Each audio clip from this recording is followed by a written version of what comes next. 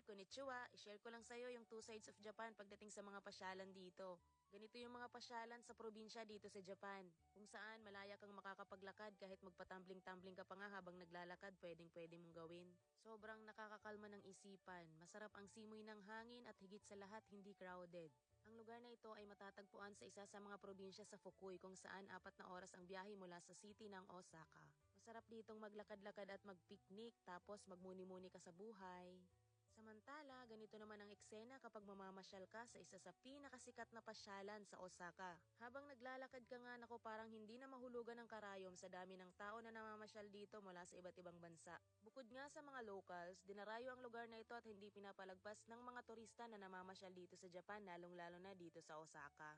Ang lugar na ito ay ang Dotonbori Streets na matatagpuan sa Namba dito sa Osaka. Marami ditong pwedeng gawin at napakaraming pwedeng kainin ng mga local foods. Sana makapasyal ka rin dito.